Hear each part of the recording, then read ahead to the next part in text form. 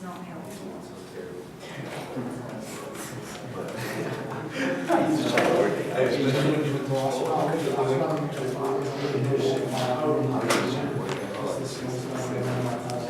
Can you get that to come on for me, please? All right, let's see. We're working on chapter 9, right?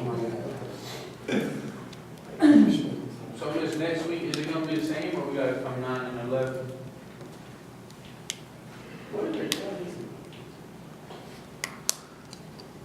I don't understand the question. He asked me, do we have the lab just once a week, or do we need to come? Next week, we got Twice. class, we got, playground. It's like, Hey. scared me with my hair on things.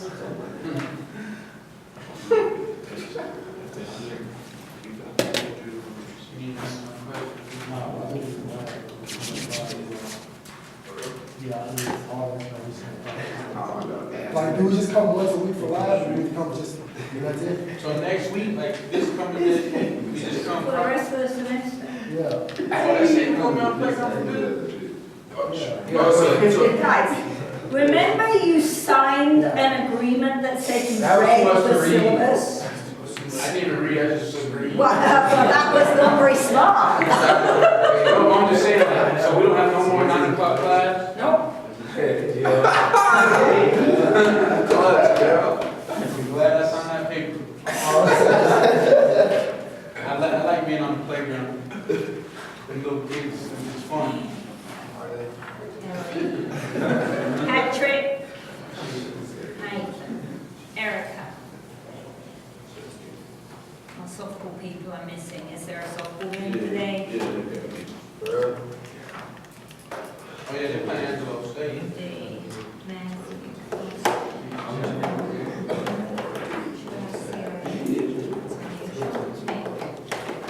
Jose. Logan. Jeremy. Emma. Sasha. Nathan Arnold. Miguel Score. He's got the wrong direction. I didn't see him. Right, yes.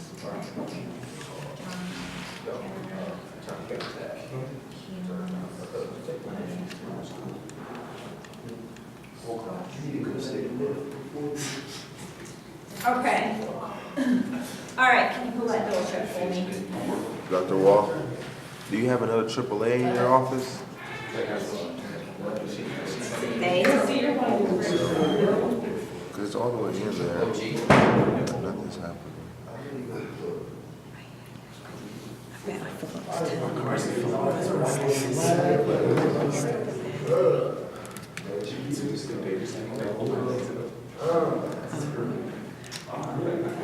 Maybe Jane? Yeah, she's not there, but there's a work study in there, so she might know whether, if we've got any batteries. Okay. Thank you. All right, so we probably won't get chapter 9 finished, so we'll get as far as we can. We'll finish off on Monday, okay? So, let's see. Is it a pretty long chapter?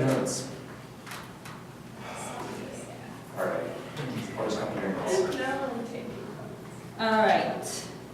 And I don't have the clicker, so I'm gonna have to be running backwards and forwards over here. Okay, so we're looking at reaching, grasping, all right? And one of the applications of understanding reaching and grasping is what happens in a movement that has a rapid aim within it. So, if I'm flying a plane, right, and I have to reach and push a button quickly for something, okay, then what we see with rapid aiming movements is that those involve, so I have to move my hand from 0, right, so I have to accelerate my arm and then having accelerated it, if I'm going to not punch through the thing that I'm trying to Absolutely. aim at, I have to slow down again. All right? So when we look at that, typically what we see with young adults is that that action is relatively, if this is distance and this is velocity, right, then what we get is a pretty good bell curve when we look at people your age. So if we put them in a lab and flash a light and they have to press the button for that light and we film that, then we get a pretty symmetrical acceleration to peak velocity and deceleration to hitting the button. Okay. When we look at older adults, we see a slightly different picture, because what we get with older adults is that they tend to not initiate the move with as much force. So we see a slightly less steep curve.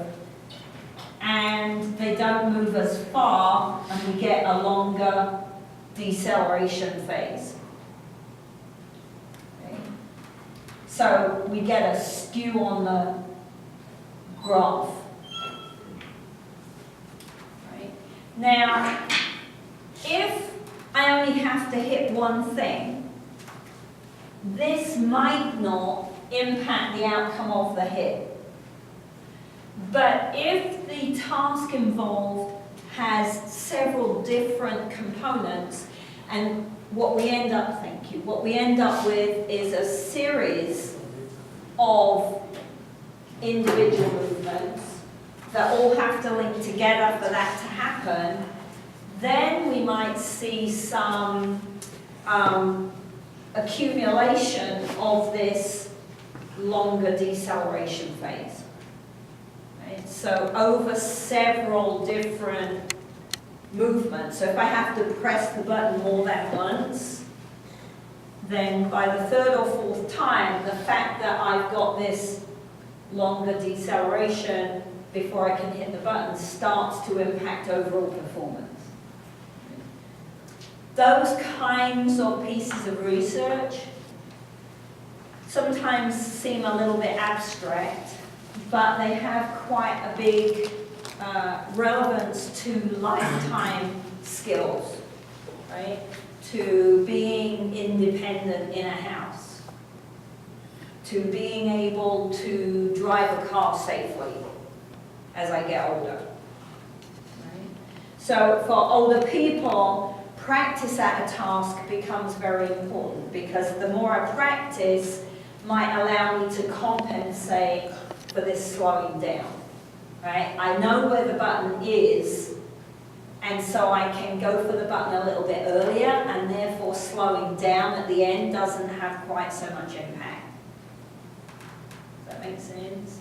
So it's just one of those odd pieces of research that kind of hangs out there, but when we look at trying to provide very positive lifetime experiences, right? You guys as a population are likely to live until you're very old, right? Generally, in the West, populations are getting older and older and older. We eat better, medicine is better,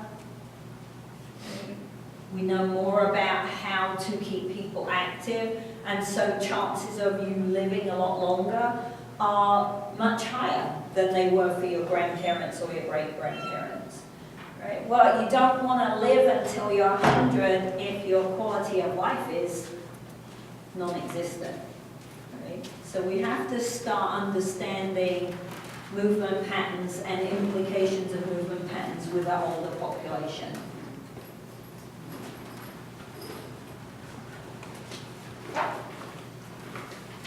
All right, so we said that what we're talking about is manipulation skills.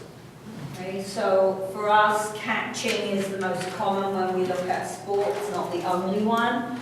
all right? It's reception skills. So if I'm a soccer player and I'm running down the field and my teammate passes the ball and I pick the pass up and I keep going, that would also be a manipulative skill. Right? What we don't want is the ball to bounce off our foot and go off somewhere else and not be able to control it, and the other team gets the ball. So it's the same idea as catching. If I'm catching, then the goal of catching typically is to gain possession of the object. And often, what I want to be able to do is move that ball on, right? So it's not always, rugby's an interesting case because in rugby, I don't always want to pass the ball on, right? Because I'm allowed to run with the ball in rugby. So I can catch the ball and keep it.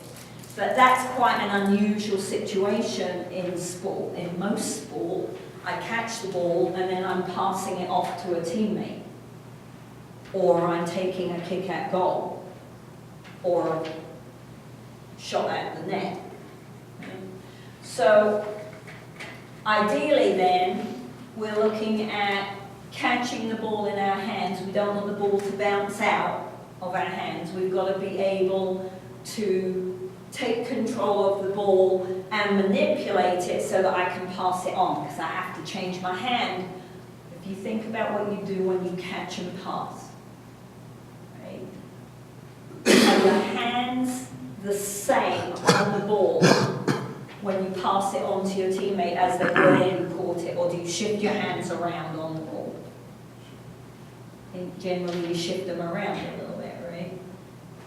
So I might catch it with two hands but throw it with one hand depending on the size of the ball. If it's a basketball, I'm going to catch it, but I still have to, if I'm going to do a chest pass, I can't do a chest pass from a catching position. I still have to be able to manipulate the ball around. Okay? So that's the goal of being able to catch well. I've got to be able to intercept in the first place. Where is the ball going to be? I have to put my hand in the path of the ball. Okay. Then I have to make sure that I close my hands at the right time so that the ball doesn't bounce out of my hand. And then I have to be able to manipulate the ball in order to get rid of it and pass it to the teammate. So there's a lot going on with catching. It's really complicated as a skill. So when we watch little kids, some of you on Monday might have seen me playing with one of the Noahs. And he wanted to catch. And he's actually pretty good. He's got his hands out, he goes for the ball with his fingers. Someone has spent a lot of time working on catching with that child. But many times when you do catching with the kids, whether or not they catch the ball is more about how well you toss the ball. Right? Do I do a good throw that happens to land right in their hands? Because did they really catch it? Are their fingers up? Did they move? Are they watching the ball? Or was it luck?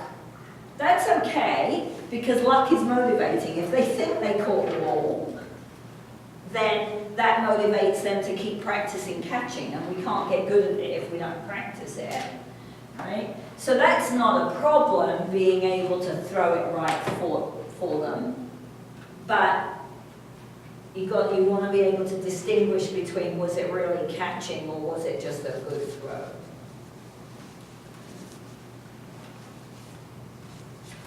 So early catching then,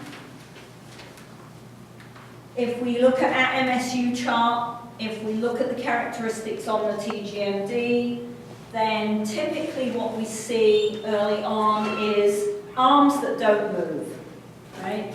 They're either very slightly bent or they're absolutely straight and they just hang out there, and catching really involves grabbing the ball and trapping it against my chest. So if it's stage one, I generally don't get the ball at all because I just wait until it hits my arms and then try to trap it.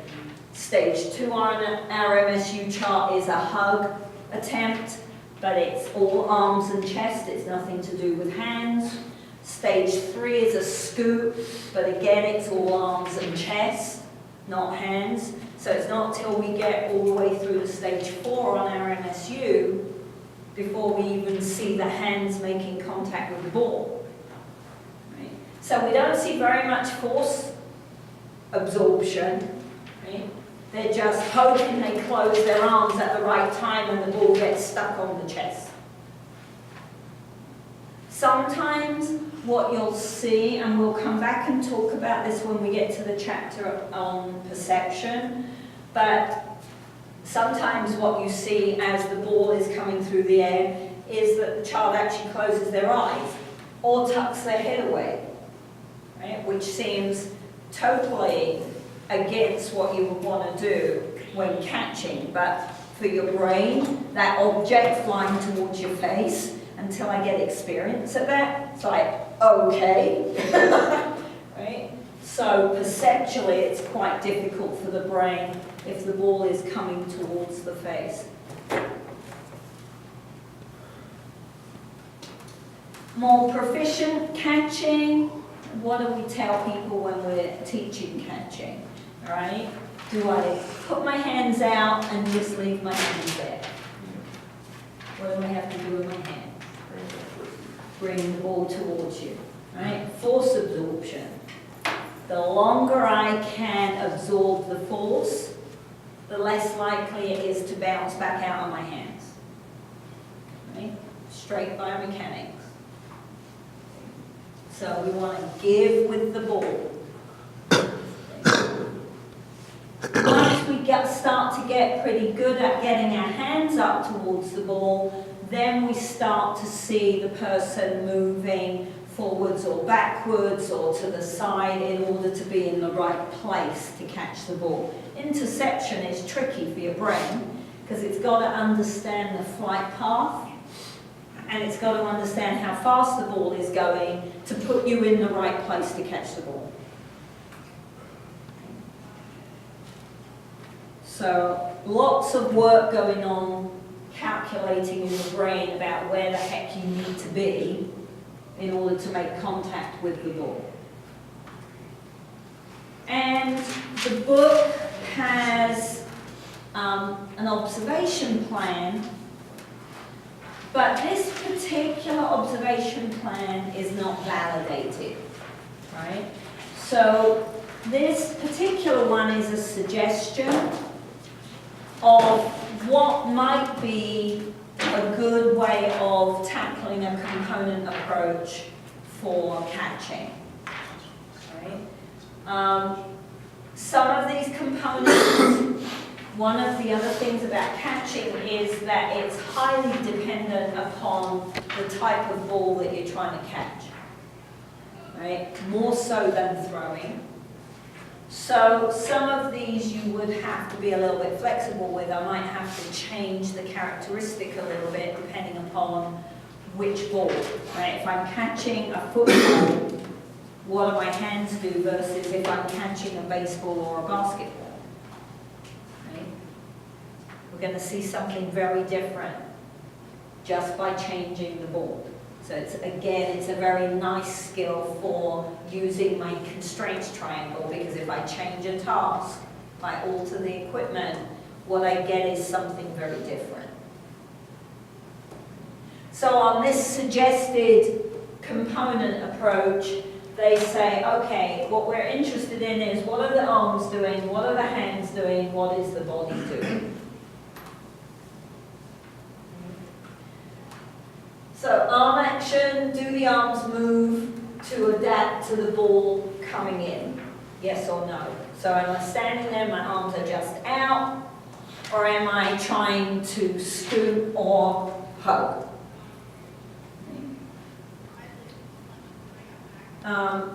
Further down, are the arms extended sideways to encircle the ball or forwards to scoop the ball?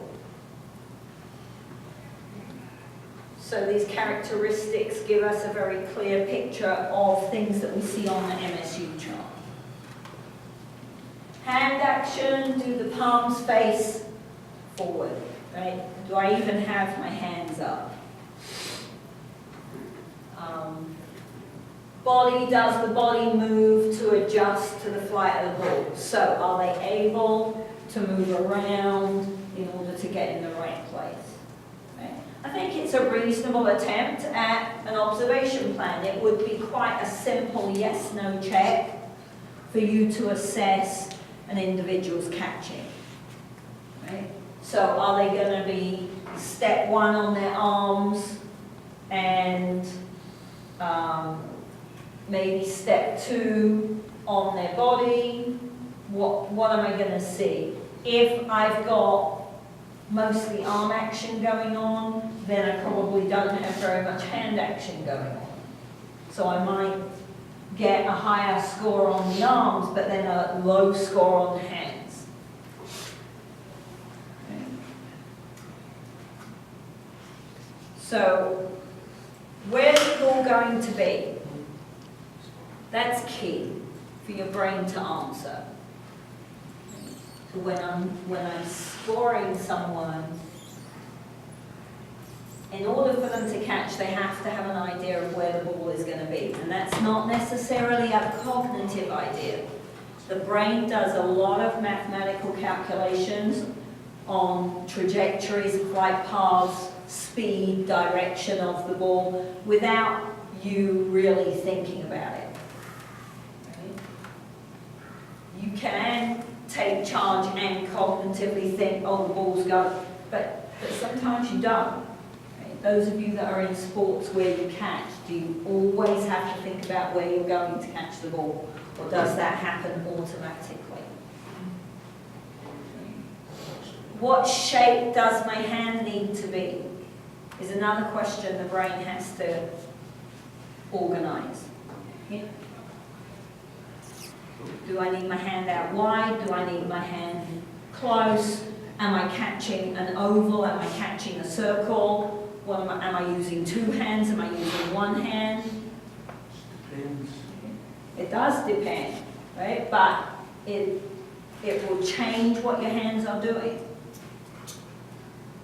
How hard is the ball coming in? So if I'm getting ready to get this ball, what do I have to do once the ball hits? Right? How much force absorption do I need to take account for? Or is the ball coming in very slow and I'm not going to have to absorb very much force at all?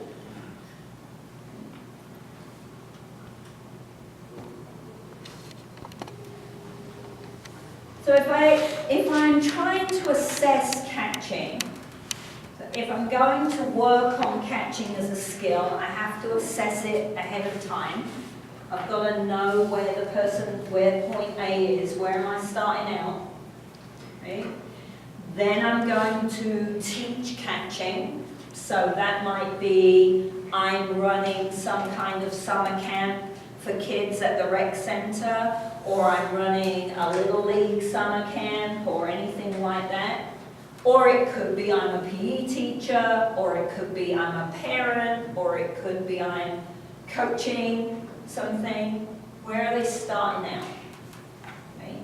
I teach the skill, and then I'm going to assess where we end up. But it's very important in catching, because it is so sensitive to the task and the environment. It's very important that you maintain task and environment constraints from point A to point B. Right? So I can't test point A, bless you. I can't test point A with a slow-mo, right? Teach catching and test point B with a tennis ball. Right? Because they got better here, so I give them something more difficult to catch. Well, now I can't compare this to this. So the improvement might get fudged a little bit. Right? I have to keep the assessment the same for the second go round. Right? What kinds of assessment can I use? So if I use how many times they catch the ball. So I'm going to throw the ball 10 times. How many times do they catch it in 10? That's their assessment. What kind of assessment is that? What do we call that? Anybody remember?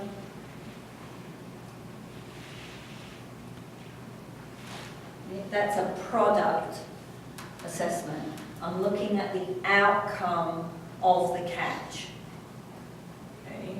So the product would be how many times do they catch the ball, or how many times do they drop the ball, whichever way around you want to do that. Okay? Well, that's okay. Depends on why I'm assessing the skill, because that doesn't tell me anything about how well they catch. That only tells me whether or not they manage to catch. Not quite the same thing. What is actually happening when they catch? So I can do a product, or I can do a process assessment. I can actually look at what is happening when they try to catch the ball. Is there something I need to change? Because just telling them that they didn't catch the ball, okay, well, they know that unless they can't see, right? So if you're working with a blind child, but even a blind child knows whether or not it ended up with a ball in its hand.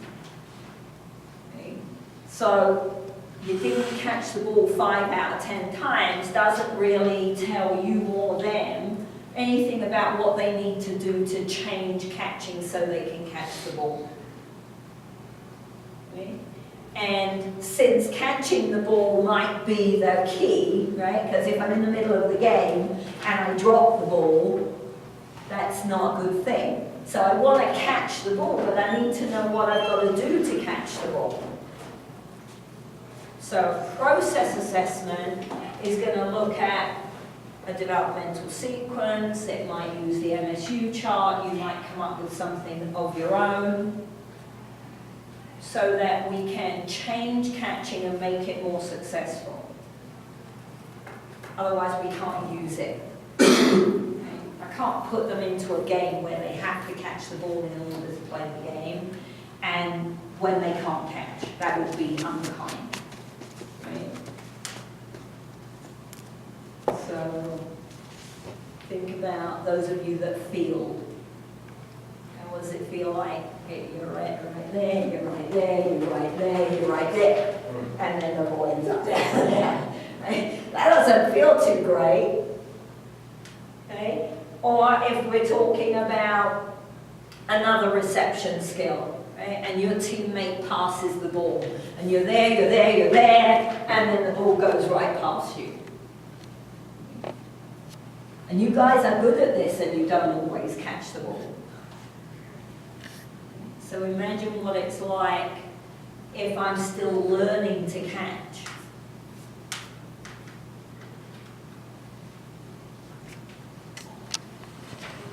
So as always, right, let's think about our model. Right? What are the objects? What is the task I'm setting? Right? Goal for catching doesn't change very much. Goal is always to catch the ball and not drop the ball. Now, it might be that I've got to move further, so I could change the task by making the move side to side rather than front to back. Environmental constraints. What happens in New Mexico when the wind blows? Does the ball even go where you thought it was going to go? Might in baseball, because the baseball's pretty heavy, but I bet it doesn't in soccer. Is it? Soccer ball? No? Right? Like, I know the ball is, wait a minute, what's it doing over there? Right? So, I've got to allow and understand what constraints are playing a role and what movement pattern I can expect given that constraint. Okay. What makes some catching tasks more difficult than others? So what would make catching a baseball harder than catching a basketball? The size. Size, Like how hard it's going, the speed. the speed, right? How hard that ball, because you can't, I don't know much about baseball and basketball, but I don't think you can throw a basketball as hard as you can throw a baseball. Okay? And even if you could apply as much force, it's still not going to move through the air as much because there's more resistance. So it slows down quicker. Okay? What about a frisbee? Is a frisbee as easy to catch as a round object? No. I don't think so. I'm not very good at the round object, but a frisbee, I get absolutely hopeless at trying to catch frisbees. Plus, their flight path is all over the place. Right? It amazes me when I go out to the walking trail and they have a frisbee golf out there. And there are people throwing a frisbee and it's actually going towards the big basket thing. I'm like, I have no idea how they're doing that. Right? Frisbees are bizarre things. So what makes it easy, what makes it hard? Okay, so on Monday, we'll start to look at anticipation and the fact that if I can anticipate where the ball might be, perhaps I've got a better chance of catching the ball. Right? What is due on Monday, guys? Paper. Nothing. Rob! Check your silver. You can tell us now, you don't have a computer. The first paper is due Monday. Is it the 3-page paper? When are you gonna post the rubric for that? It still says like it's waiting. Okay, I will get that up. Sure, I say. Binders on too. The binders I forgot I had it. Good